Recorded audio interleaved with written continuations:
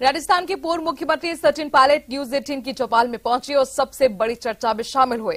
Pilot ने इस दौरान न्यूज 18 के सवालों पर खुलकर जवाब दिए। स्वागत है आपका। थैंक यू, बहुत बहुत शुक्रिया। तो सबसे पहले तो ये बताइए, लोकतंत्र कहां खतरे में है? लोकतंत्र पिछले 7-8 सालों में, अब मैं समझ रहा हूं सवाल क्यों पूछ रहे हैं, लेकिन जब ऐसी ताकतें जो लोगों को बोलने से, बात रखने से, मीडिया में अपनी आवाज को बुलंद करने में अगर कहीं लोगों को संकोच होता है, भय पैदा होता है और अनावश्यक दबाव अगर आता है जुडिशरी पर, ब्यूरोक्रेसी पर, मीडिया पर, और सब इस बात का एहसास करते हैं, तो ये सवाल उठाना, और मैं ऐसा मानता हूं किशोर जी कि अगर आप सरकार के खिलाफ बोल रहे हैं तो आप देश के खिलाफ नहीं बोल रहे हैं। और हमारा लोकतंत्र अगर स्वस्थ रहे, रोचक रहे, जीवंत रहे, सबकी भलाई है।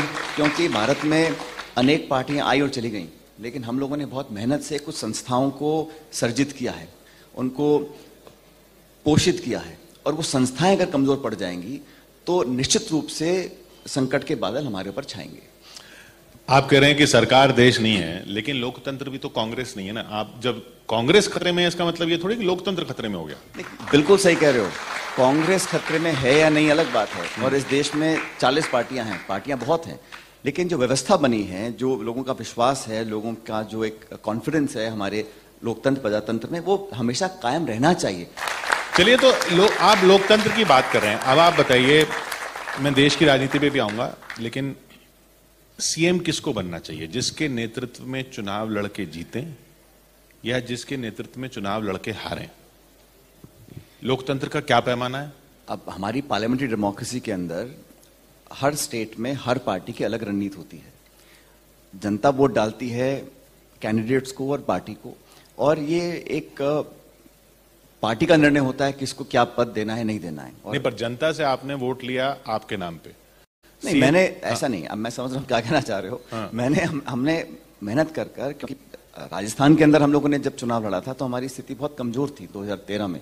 उसके बाद 5 साल तक सबने मेहनत करी, और ये बात सच है कि मैं अध्यक्ष रहा और मैंने सबको साथ लेकर काम करने की एक चेष्टा करी, और अंत में जो निर्णय था वो पार्टी ने लिया, उसको सबने स्वीकार किया, उसमें ऐसी कोई इशू नहीं था।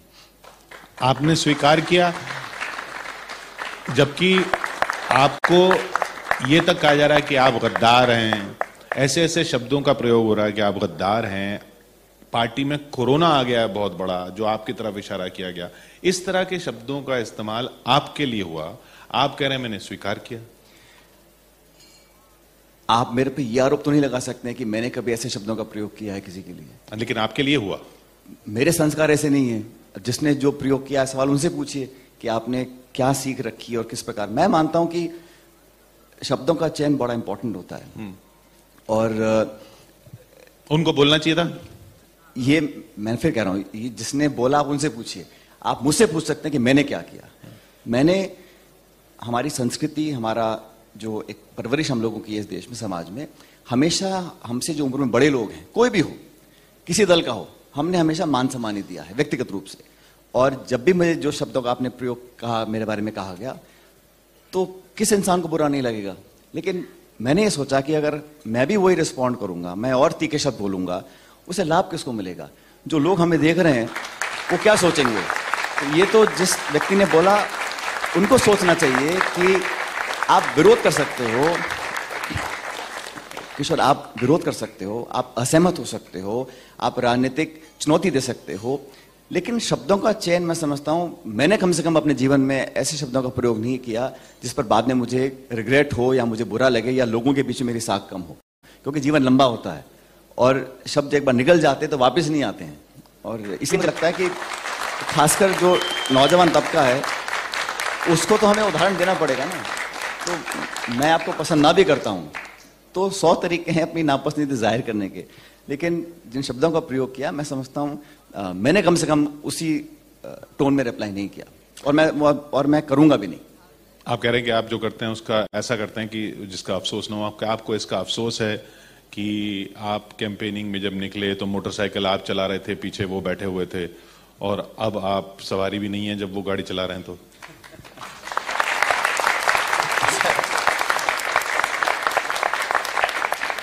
उस समय भी मैंने हमेशा मान सम्मान किया सब लोगों का, क्योंकि मैं बहुत कम उम्र में कांग्रेस पार्टी का प्रदेश अध्यक्ष बन गया था। और हमारे समाज में उम्र का एक प्रीमियम होता है, और जितने भी नेता राजस्थान में थे, अधिकांश जो अनुभवी लोग थे, वो सब मुझसे 10, 15, 20 साल उम्र में बड़े थे। तो मुझे लगा मैं इनसे उम्र में छोटा हूं, लेकिन पद मेरा बड़ा है। तो उन लोगों को लगना नहीं चाहिए कि ये बड़े पद पर बैठा है और हम लोगों को तो मैंने एक उसको बोलते हैं अंग्रेजी में बेंडिंग ओवर बैकवर्ड्स, तो मैंने दुगना झुककर उन लोगों को लगना चाहिए कि मैं उनके घरों में गया, मैंने घुटनों को हाथ लगाया, हाथ जोड़े, दादा दादी चाचा ताई सब बोल के सबको मैंने कहा भाई आपको लगना नहीं चाहिए कि क्योंकि आज मेरे पास पद है तो आप कहीं आपको अजीब लगे मेरे साथ काम करने में। तो मैंने सबको साथ लेकर चला, क्योंकि पार्टी को जरूरत उस समय थी। आप मत भूलें कि राजस्थान में 200 विधानसभा सीटें हैं, हम लोग 21 पे रह गए थे। अगर हमारी एक सीट कम होती तो हम नेता प्रतिपक्ष भी नहीं बन पाते। तो उस हाल में हम लोग थे जब मुझे कांग्रेस पार्टी ने कहा कि आप अध्यक्ष बन के काम करिए, और फिर इन 5 सालों का लंबा संघर्ष रहा, सबने सहयोग दिया, मैंने सबका सहयोग लिया भी, और उसका परिणाम था कि हम लोग सरकार बना पाए 2018 के अंदर। अब कैसे बनेगी? अब जो चल रहा है इसमें कैसे बनेगी? आप जब गाड़ी एक साथ चला रहे थे तब सरकार बन गई ना, अब तो गाड़ी जैसे चल रही है सारी दुनिया देख रही है, अब कैसे बनेगी सरकार? फिर ये और वैसे भी राजस्थान में बदल जाता है, हर बार बदल जाता है, बदलता है, और पिछले 30 साल से हो ही रहा है। हर 5 साल में सरकार बदल जाती है। और चिंता इस बात की भी है मुझे किशोर जी कि जब 200 सीटें हैं, हम सरकार में रहते हैं, काम करते हैं, लेकिन जब हम सत्ता छोड़ते हारते भी हैं तो इतना लंबा हारते हैं कि वो गैप बहुत लंबा हो जाता है। एक बार हम रह गए थे 50-52 सीटों पे, फिर रह गए 21 सीटों पे, तो उसको कवर अप करना बहुत मुश्किल एक चुनौती रहती है। और मैंने अपनी पार्टी के अंदर जो हमारा, तो वैसे ही डर लग रहा है आपको इस बार? क्या करें? ऐसा ही डर लग रहा है आपको, ऐसा लंबा हारने का? नहीं, डर नहीं लग रहा, लेकिन हमें इतिहास से सीखना तो पड़ेगा ना। जो समझदार लोग होते हैं वो इतिहास से सीखते हैं, दूसरों की गलतियों से सीखते हैं। चुनौती बड़ी है, क्योंकि विधानसभा के चुनाव के तुरंत बाद लोकसभा के चुनाव हैं, और पिछली बार हम सरकार बनी हम लोगों की 3 महीने में चुनाव हुए, हम 25 की 25 सीट हार गए थे। तो ये सब इतिहास है, इन आंकड़ों से हमको सबक लेकर आगे बहुत सावचेती से चलना होगा। आपने लोकसभा की बात की, क्योंकि वो उसके बाद ही आ जाते हैं। ये बताइए, मोदी जी को हराना मुमकिन है, संभव है? क्यों नहीं है? क्यों नहीं है? मैं पूछ रहा हूं। ऐसा कौन सा नेता है, ऐसा कौन सा दल है जिसको हम लोग चुनाव में पराजित नहीं कर सकते हैं? और मैं व्यक्ति विशेष की बात नहीं करता हूं, लेकिन अभी हिमाचल प्रदेश में चुनाव हुए, वहां का मैं ऑब्जर्वर था, और वहां पर डबल इंजन सरकार थी, खूब भाषण हुए, योगी जी गए, मोदी जी गए, नड्डा जी गए, कोई बचा नहीं जो नहीं गया। छोटा सा राज्य है हिमाचल प्रदेश, लेकिन वहां पर हमने चुनौती दी, मजबूती से काम किया, और वहां सरकार कांग्रेस पार्टी की बनी है। तो कैसे हराएंगे? आप कह रहे हैं कि हमने हिमाचल में हरा के दिखाया है, तो यानी आपको पता है कैसे हराया जा सकता है, तो अब कैसे हराएंगे मोदी जी को? अब ये फॉर्मूला आपको मैं टेलीविजन में बताऊंगा क्या है फॉर्मूला, क्या है, लेकिन मैं कह रहा हूं संभव है। आपने कहा, आपका सवाल क्या था किशोर जी? हाँ। क्या पॉसिबल है? मैंने कहा पॉसिबल है, करके दिखाया, 2 महीने पहले की बात है। तो स्ट्रैटेजी, नैरेटिव, कैंपेन, इश्यूज, जनता से संपर्क, एक जीवंत एक रिलेशनशिप जो बनता है, और लोगों के बीच में अगर से मुद्दों को लेकर जाते हैं, तो जनता भी बहुत समझदार है। और मुझे लगता है कि इस देश का जो मतदाता है वो तराजू रखता अपने हाथ में, वो नहीं चाहता कि बहुत ज्यादा सत्ता का एकीकरण हो जाए, या हमारी बात को फिर लोग सोचें सारी वोट हमारी जेब में है, नेता समझे, तो फिर किसी की परवाह नहीं करते हैं। चुनाव जीत जाना किशोर जी, चुनाव जीत जाना, सरकार बना लेना कोई ब्लैंक चेक नहीं है, जीवन भर आप कुछ मर्जी करते रहो। एक चेक्स एंड बैलेंस होना चाहिए, एक सशक्त मजबूत विपक्ष होना चाहिए, और मुद्दों पर राजनीति होनी चाहिए। और मुद्दे कौन से होने चाहिए? मुझे नहीं लगता कि मुद्दे जज्बाती हों, धार्मिक हों, या ऐसे मुद्दे हों जिनका कोई धरातल पे लेने देना नहीं है। आप महंगाई के, बेरोजगारी के, नौजवानों के, निवेश के, शिक्षा के, बिजली के, चिकित्सा के, दवाइयों, इन बातों पर चर्चा कर कर अगर कोई हमसे डिबेट जीत जाए और पब्लिक उसको एक्सेप्ट करे, हम सलाम करेंगे। पिछले साल तक तो ये भी उम्मीद थी लोगों को, आपके समर्थकों को, कि चुनाव से पहले आपको बना देंगे सीएम। पिछले साल तक उम्मीद थी। देखिए, कौन कब किस पद पर बैठेगा, ये जब हम जिस पार्टी में हैं वो पार्टी का निर्णय होता है। और ये बात सही है कि पिछले साल पार्टी ने, सोनिया गांधी जी ने पर्यवेक्षक जयपुर भेजे थे मीटिंग करने के, विधायकों की मीटिंग करने के लिए। दुर्भाग्यवश वो मीटिंग हो ही नहीं पाई। क्या कारण है मैं नहीं जानना चाहता हूं उसके अंदर, लेकिन आज इतने महीनों के बाद भी वो विधायकों की मीटिंग ही नहीं हो पा रही थी। तो ये भी मुझे लगता है कि कांग्रेस प्रेसिडेंट और लीडरशिप को इस बात पर ध्यान देना चाहिए कि नहीं, तो जो आपने किया उसको विद्रोह कहा जाता है, इल्जाम लगाया जाता है कि आपने विद्रोह किया, आपको कैसे सीएम बना दें। तो मैंने क्या जो 25 सितंबर को विद्रोह नहीं था। किशोर जी, एक मिनट आप रोकना चाहता हूं। विद्रोह में क्या हमने कभी इस्तीफा दिया अपने पदों से? हमने कभी कांग्रेस पार्टी की आलोचना करी? आप मुझे तथ्य दिखा दीजिए।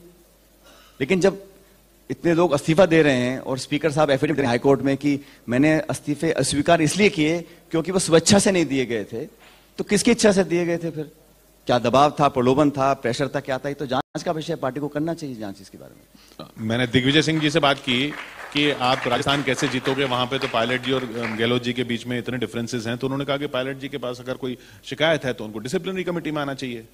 डिसिप्लिनरी कमेटी ने तो नोटिस दे रखे हैं 3-6 महीने पहले। उन नोटिस पे कार्रवाई नहीं हो पाई अभी तक।